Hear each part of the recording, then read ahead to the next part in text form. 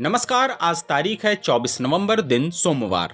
मैं हूं अरुण पांडे। आप सुन रहे हैं द लेंस का न्यूज पॉडकास्ट राउंड अप, जहां होंगी खबरें देश दुनिया की और आखिर में होगी खबर खास। तमिलनाडु और उत्तराखंड में आज अलग अलग हुए सड़क हादसों में 12 लोगों की मौत हो गई।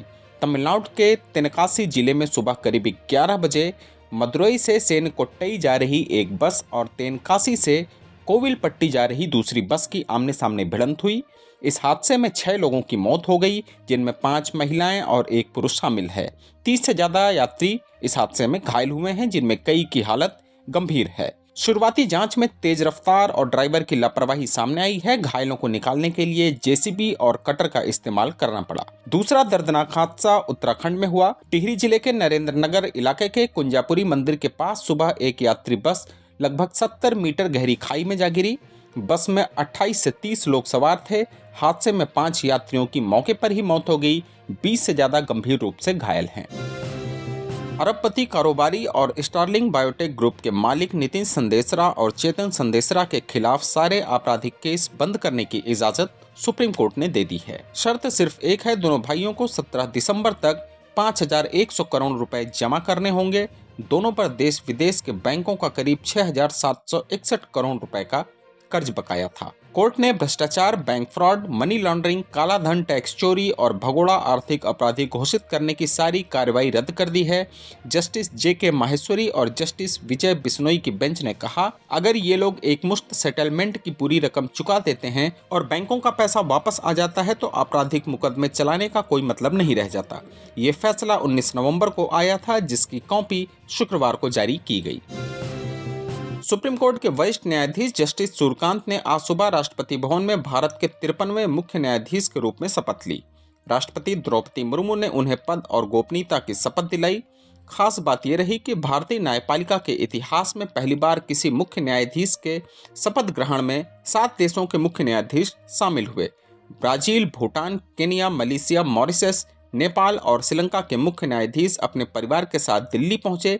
जस्टिस सूर्यकांत अब 9 फरवरी 2027 तक देश के मुख्य न्यायाधीश बने रहेंगे। उनका कार्यकाल करीब 14 महीने का होगा। वे जस्टिस बी.आर. गवई की जगह लेंगे, जिनका कार्यकाल कल खत्म हुआ था। देश की राजधानी नई दिल्ली लगातार खराब वायु प्रदूषण की चपेट में है। सोमवार सुबह हवा गंभीर श्रेणी की दहलीज पर पहुंच गई। दिल्ली गाजियाबाद बॉर्डर पर गाजीपुर इलाके में स्मॉग की परत छाई रही, जहां AQI 441 रिकॉर्ड किया गया। इस बीच रविवार को दिल्ली में बढ़ते प्रदूषण के खिलाफ इंडिया गेट पर प्रदर्शन हुआ। प्रदर्शनकारियों और पुलिस के बीच उस समय झड़प हो गई जब कुछ लोगों ने पुलिसकर्मियों पर कथित तौर पर मिर्च स्प्रे छिड़क दिया। प्रदर्शन कर रही संस्था स्वच्छ वायु के लिए दिल्ली समन्वय समिति ने कहा कि दिल्ली की हवा अब लोगों की जान पर बनाई है। वायु गुणवत्ता लगातार गंभीर श्रेणी में बनी हुई है, लेकिन सरकार पुख्ता समाधान के बजाय सिर्फ पानी छिड़कना, क्लाउड सीडिंग और AQI स्टेशन के आसपास स्प्रे जैसे दिखावटी उपाय कर रही है। बॉलीवुड के दिग्गज अभिनेता धर्मेंद्र का आज सुबह निधन हो गया। वे 89 साल के थे। मुंबई के जुहू स्थित उनके घर पर सुबह दिल का दौरा पड़ा। डॉक्टरों ने उन्हें मृत घोषित कर दिया। विले पार्ले के स्मशान घाट में बेटे सनी देओल ने उन्हें मुखाग्नि दी।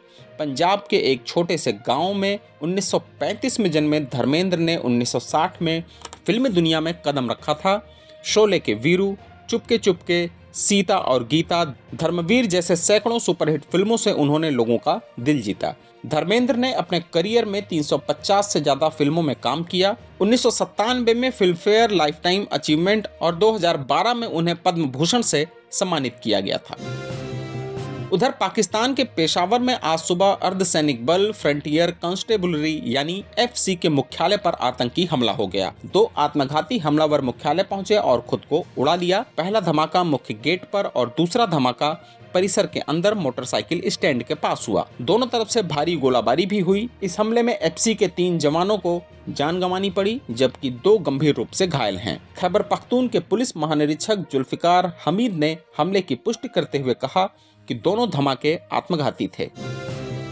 और आखिर में खबर जरा हटके में बात क्षय रोग के खिलाफ जंग में मिली सफलता की। भारत ने क्षय रोग यानी टीबी के खिलाफ बड़ी जीत हासिल की है। विश्व स्वास्थ्य संगठन की नई रिपोर्ट के मुताबिक साल 2015 से 24 के बीच देश में टीबी के नए मामले 21% तक कम हो गए। जबकि इस बीमारी से होने वाली मौतों में 25% की गिरावट दर्ज की गई है। 2015 में प्रति लाख लोगों पर 237 टीबी के मामले थे, जो अब घटकर सिर्फ 187 रह गए हैं। मौत का आंकड़ा 28 से घटकर 21 प्रति लाख हो गया है। राहत की बात है, अब 92% मरीजों को इलाज मिल रहा है, जो 2015 में सिर्फ 53% था। रिपोर्ट में यह भी बताया गया है कि पहले 15 लाख मामले बिना पता चले रह जाते थे, अब यह संख्या 1 लाख से भी कम हो गई है। भारत का इलाज सफलता दर करीब 90% तक पहुंच गया है, जो दुनिया के औसत से भी बेहतर है। तो आज के लिए बस इतना ही। कल होगी फिर मुलाकात नई खबरों के साथ। खबरों को विस्तार से पढ़ने के लिए विजिट करिए हमारी वेबसाइट thelens.in। यूट्यूब के अलावा हमारे पेज को एक्स, फेसबुक और इंस्टाग्राम पर भी फॉलो करें। शुक्रिया।